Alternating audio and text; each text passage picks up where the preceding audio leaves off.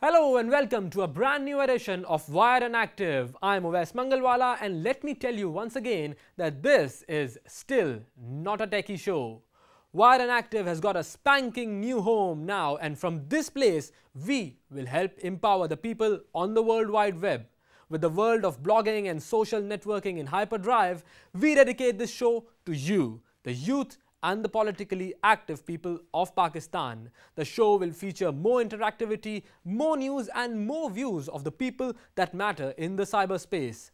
Today, we take a look at the online activities related to the internally displaced people of Swat and the situation in Pakistan. So hang on to your remotes and get ready to become wired and active.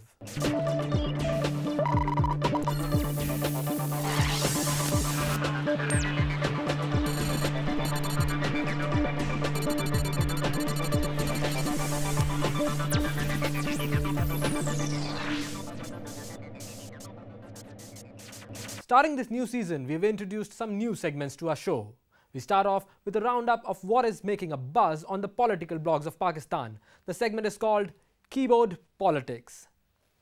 The blog Pakistaniyat has a post titled Taliban Desperation or Taliban Expansion, and this blog is by Adil Najam, where he highlights the carnage carried out by the Taliban in recent weeks and how he feels this battle is more about the hearts and minds of the Pakistani people. Will they scare us into defeat, or will we place our national security over everything else? It's a great question we Pakistanis should ask of ourselves in the coming days ahead. The IDB crisis in Pakistan is facing another firm test, as pointed out by Hina Safdar on Chaurangi.com. She talks about the recent speech by UN Secretary General Ban Ki-moon, who appealed to major donors for more funding. He said that Pakistan was facing a risk of spiraling secondary crisis without more international aid.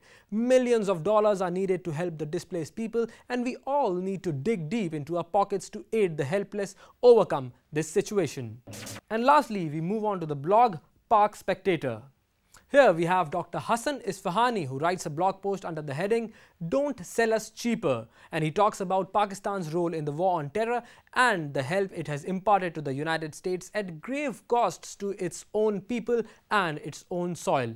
This post was a result of a piece of news earlier where Prime Minister Syed Yusuf Raza Gilani had urged the United States to write off Pakistan's debt. This would help the cash-strapped nation grapple with insurgency, humanitarian crisis and global recession. He suggests that brazen shamelessness is the need of the hour, and we should ask the United States to pay off our debt, which we owe to other nations as well. Foolish thinking or not? So that was the news-making headlines in Pakistan political blogs. But what about the international community? What's the latest news over there? Let's move on to our new segment, Global Wires, in which we deliver you the news which is ranging from quirky to the serious from all around the world. So, as you all know, Iran just held its presidential elections, and with a sizable chunk of the population being internet savvy, things came to a halt again this week when officials again banned the famous social networking webpage Facebook and other websites to curtail unrest after the vote. People have been pouring out on the streets over what they feel was a manipulation of the election results when Ahmadinejad was declared winner. Dissent of any form, especially on the internet, is not tolerated in the Islamic Republic, and a close monitoring of activity on the web curtails such behavior. Beware of Twitpocalypse, all you tweeters out there. The Twitpocalypse is similar to the Y2K bug. The unique identifier associated to each tweet has now exceeded 2,174,483,647. That's a large number. For some of your favorite third-party Twitter services not designed to handle such a case, the sequence will suddenly turn into a negative number. At this point, they are very likely to malfunction or crash. A lot of these third-party service providers have provided a fix, but some are still trailing behind to fix the bug. The good news is that the website twitter.com is safe from all this. 3.5 million displaced. Strangers in their own country and nowhere to go. Despair and hopelessness staring at them at every corner. It is in times like these that the true color of the people of this beloved nation pours out, and the generosity with which they give is shown. Let's check out this report by Mikhail Fernandez on the different ways people are contributing and helping the victims of Swat online.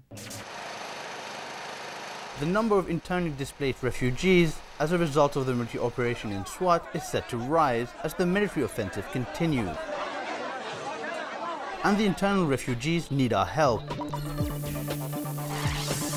If you're worried that your donations won't reach the affected people and want greater transparency in the relief effort, point your browser to helpcounts.org. It provides you with live updates of the ongoing efforts, a tally of all registered refugee families, and even the number of atta bags is provided to date. And unlike any other donation website we've seen so far, this portal requires the displaced to register in order to reserve their supplies. The UNHCR donation site is also an efficient way of donating. They're on the ground and have a great deal of experience in handling refugees, besides being an international organization.